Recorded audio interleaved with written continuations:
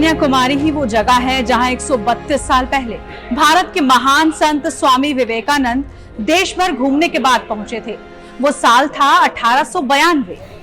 स्वामी विवेकानंद ने यहाँ 3 दिन और 3 रात तक ध्यान किया था। स्वामी विवेकानंद की जीवनी में इस बात का जिक्र मिलता है कि यहीं पर उन्हें भारत माता के दर्शन हुए थे। यहीं से स्वामी विवेकानंद ने विकसित भारत का सपना देखा था। अपने आखिरी वक्त तक इस महान युवा संत ने भारत के युवाओं को जगाने के लिए अनवरत यात्राएं की। अमेरिका के शिकागो में हुई वैश्विक धर्मों के समागम में स्वामी विवेकानंद ने भारत और हिंदू धर्म की जो व्याख्या की थी उसका जिक्र आज भी होता है।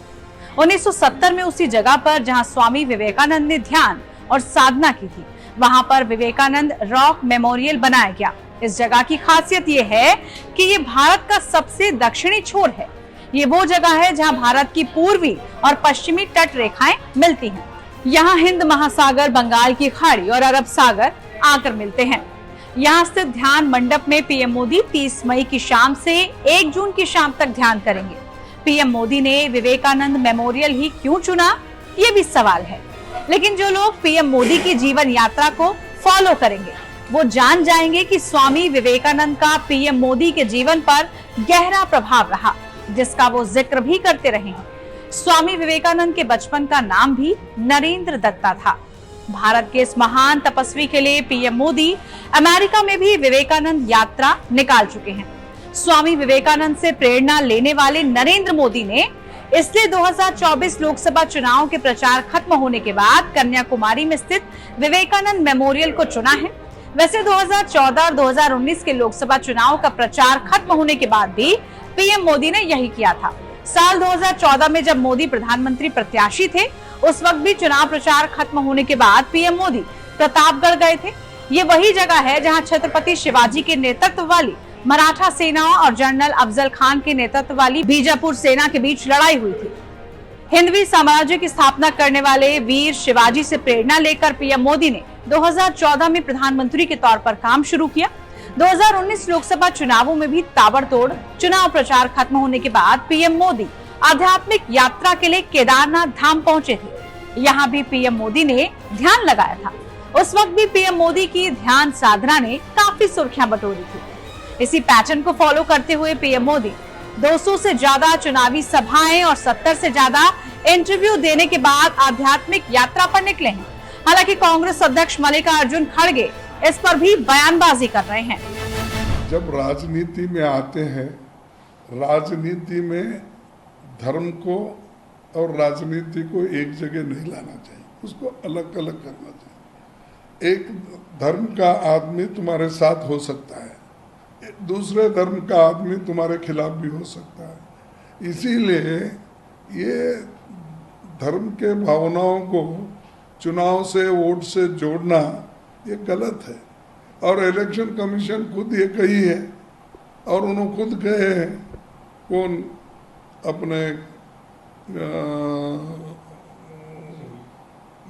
अपने मोदी जी कि ये लाना नहीं, ये नहीं करना, ये सब पहले बोले हैं भाषण में। लेकिन आज वो जाकर गोवा में जाके कन्याकुमारी में जाके बैठ के ये जो करने का नाटक कर रहे, इससे अब 2000 4000 कितने पुलिस हो 10,000 तक वहाँ पर लोगों को लगा रहे ड्यूटी। कितना देश का पैसा खराब हो रहा है।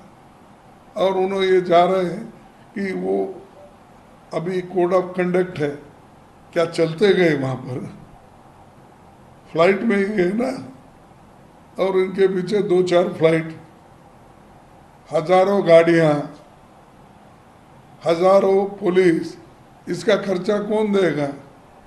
कोड ऑफ कंडक्ट एक तरफ है और एक तरफ आप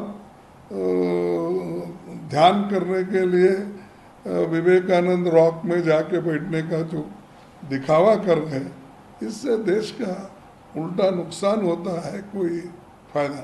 अगर आपको भगवान के इसमें श्रद्धा है तो घर में बैठ के करो ना, वहाँ पर तो आपको नहीं लगेगा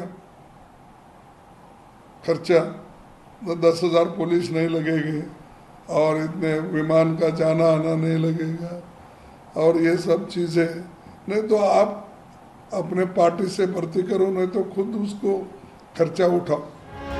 तपती गर्मी में लगभग 2 महीने तक चुनाव प्रचार करने के बाद नेताओं के लिए भी ब्रेक तो बनता ही है। विपक्ष भले ही मोदी की यात्रा और ध्यान पर फप्तियां कस रहा है, लेकिन लोगों की दिलचस्पी इसमें है कि 4 जून को किसकी तपस्या सफल होती है और किसकी नाकाम। और हाँ, विवेकानंद मेमोरियल भारत के लिए न सिर्फ आध्यात्मिक महत्व का स्थल है, बल्कि बेहद शानदार टूरिस्ट डेस्टिनेशन भी है। उम्मीद है जैसे लक्षद्वीप में मोदी की यात्रा के बाद टूरिज्म में उछाल आया, वैसा ही कन्याकुमारी के विवेकानंद मेमोरियल के साथ भी हो। आपको ये वीडियो कैसी लगी जरूर बताइए। इस तरह की तमाम वीडियोस के लिए आप देखते रहिए टाइम्स नाउ भारत डिजिटल। नमस्कार।